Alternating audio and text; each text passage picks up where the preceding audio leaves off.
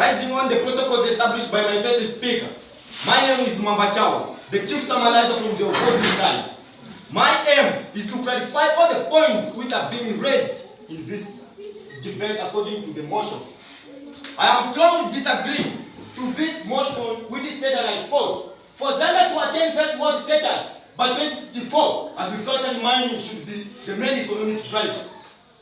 Panel of judges, before I go to my points, let me start with the point which has been raised by the proposing side. I heard from Fedi speaker talking about the agriculture, that agriculture producing materials which are used to process or producing books, pencils, and rubbers. But my point is, as a Zambia, we do not producing books, pencils, and rubbers. Can you mention any industry which producing books and the rubbers in Zambia? All those books and pencils we are just buying from Tanzania and other countries. But how can a country attain to first world status in 2064 if we do not have manufacturing and industry that is going to process books and rubbers? Another point, I heard the first speaker from proposing side talking about mining adding more taxes and improving our GDP. But as Zambia, panel of judges, mines are not paying taxes as I speak right now. All foreign mining companies have been given a tax holiday for 5 years. And this implies that tax revenue will not be collected for this period, hence reducing the country's GDP. And if we do the calculation very well, we are remaining with 35 years. If Zambia has been mining commercially for 60 years, how is it possible for 35 years which has been remaining to attain such status? The answer is no, and that is impossible.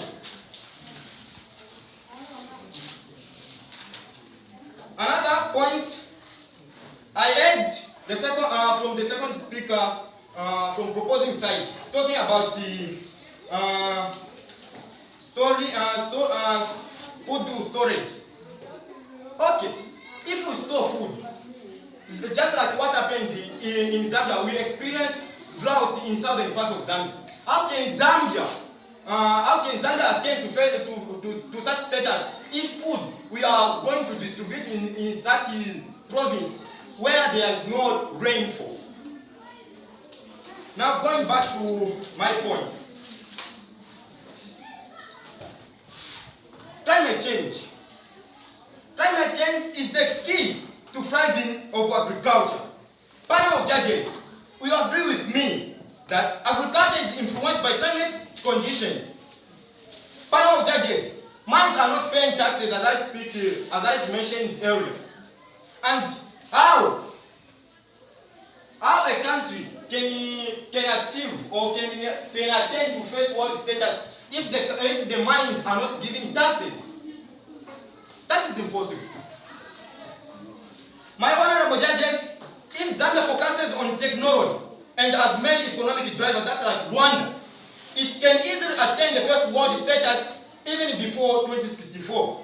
This is because Rwanda is an African country which has ever invested in technology, manufacturing, transport system, and tourism, and managed to attain the first world status by 2016. And I have heard from the first speaker saying that the one of the speakers from opposing side talking about Zambia attaining the world status in 2016 is what she saying. She is referring to the Rwanda which attained the first world status by 2016. Furthermore, tourism itself is said to be the business of providing services to tourists. If we looked at Kenya as a country that focuses on tourism, it made more money and made people go there. In return, they pay more taxes to that country through good infrastructures, conference centers, wildlife, and historical sites, which Zambia equally cannot fail to do that, cannot fail to provide. Even in Zambia, we have Nachikufu Caves, Motomoto Museum in Imbala, Kalambo Falls, Victoria Falls, all those historical sites, and even in Gombe. If we establish and making more